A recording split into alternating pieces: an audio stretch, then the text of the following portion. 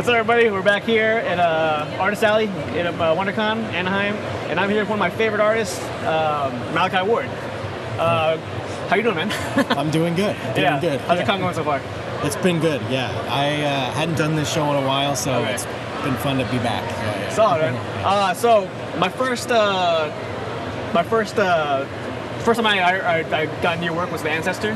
That book blew my mind. It was a lot of really heady, really crazy. I'm not a super intelligent person, but I got some of the concepts in there. It really changed my mind a little bit, the way I saw it. Yeah. So what were some of the what were some thoughts going into creating that book? What was the inspiration, some of that kind of stuff? You know, I was inspired a lot by a few kind of things from history, actually. Okay.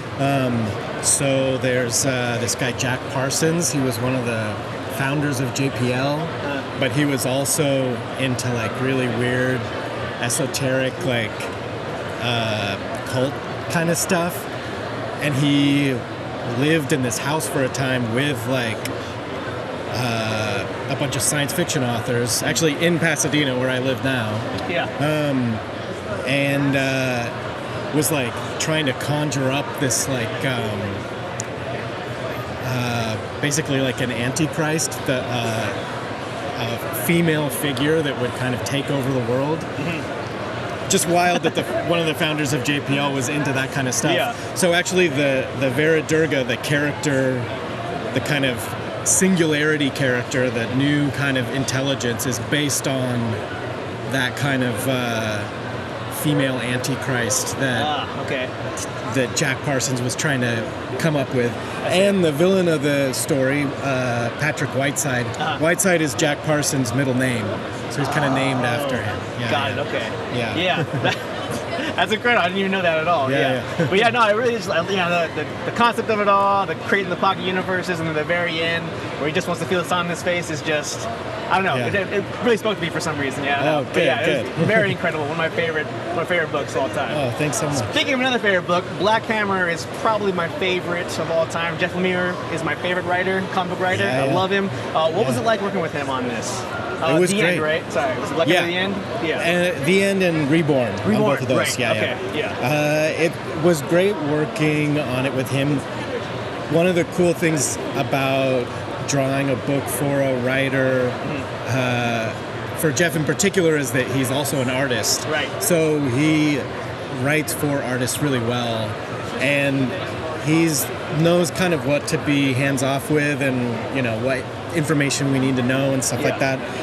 So yeah, it was really fun, and I couldn't ask for a better working experience. That's awesome, man. Yeah. You ever see him again? Say hi to him. Yeah. So what's next for you? What are you working on now? Right now I'm doing a bunch of covers and doing a couple short things. I'm doing a short comic for Metal Hurlant, the French science fiction anthology magazine. So it's like a lot of people like Mobius and Droulet and like some of the greatest all-time science fiction cartoonists work for Metal Hurlant in the past. So I'm excited to do a short story for one of theirs. Nice. That's exciting. I'll be looking out for it for sure. All right, so we end every one of our shows with a guest with a rapid-fire questionnaire. So there's no wrong answers. Try to get through as fast as we can, but sometimes short answer can get a little higher. Get a little longer. So yeah. Okay. Star Wars or Star Trek? Star Trek. Jedi or Sith? Jedi. Marvel or DC? Marvel is what I grew up on, so I gotta go Marvel. Okay. Team Cap or Team Iron Man in Civil War? I'm trying to remember. I think Captain America, if I remember correctly. Got it. Okay. If you could choose any geek universe to exist in, which one would it be? Oh, I mean, easily Star Trek. Come on. Okay. What superpower would you want to have? Ooh. Superpower, huh? You know what? There's always, in stories about immortality, the lesson is always like, you definitely don't want to be immortal. I'm curious. Yeah. I want to know what happens. Same. I want to see. I'm in the same boat as you, man. I'm definitely on that, yeah. Well, you have a Harry Potter house that you are in, or? I did take the test a long time ago, and I think I was, it's not one that they talk about a ton in the movies. It's either maybe Hufflepuff or Ravenclaw.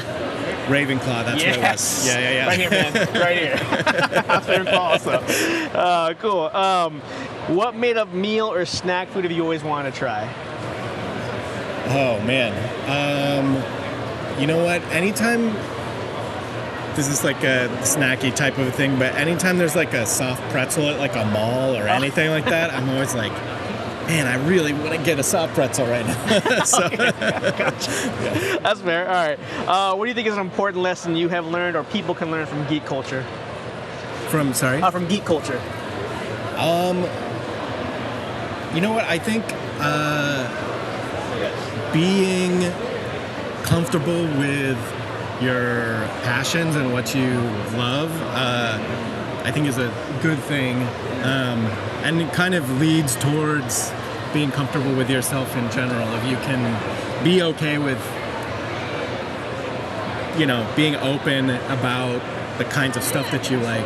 I think that's a good thing. That's awesome, man. Well, so as a creator, we try to give our audience any advice. I know you have a creative job. You live in the dream, it seems like. I don't know, from my point of view. What do you have? You have any advice for people pursuing their interests or anything like that? I think if you want to work in a creative field, whatever the thing is that you want to do, make that thing. Even if it's just on your own, and put it out into the world and just keep doing it. And as you do it and get better, and as you keep putting it out there, people will see it. And that's the best way to become a professional, is just to start doing it yourself.